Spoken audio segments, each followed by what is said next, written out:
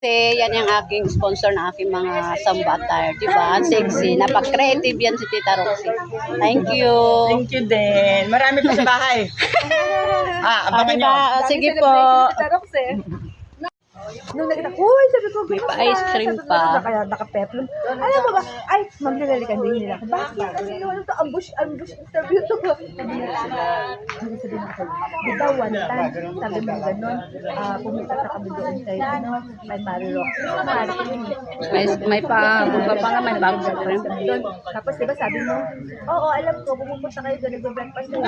Mula nun, nangyayaya mo na raw, hindi na daw siya pumunta. Wala ka naman pupunta, wala naman ako sinabi sa ikaw. Nang time na pumunta sila, wala akong cellphone. Wala naka-charge. Tapos may kinabukasan. Umalis na. Kinabukasan, Umalis na sila ni na. may pumunta na kung hangadik, nanghiram ng pera. Hindi ko binuksan. Sinilip lang ko, hindi ako binuksan. So ma'am, kasi galing kami dito kahapon kumain. Katulong lang yun, walang tao sa Si bahay. Madam. Ilan pa yung hawak na katulong yung mga bata.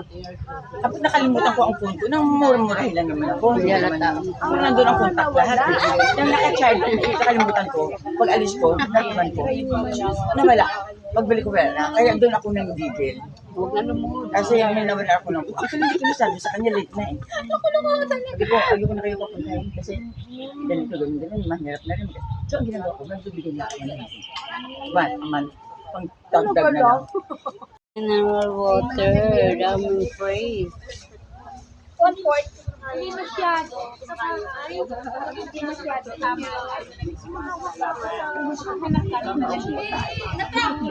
Diba? Wala nga kami tigil sa sa kainan. Kainan at inuman. Kainan, inom ng mineral. At saka Kainan, inuman at nganga.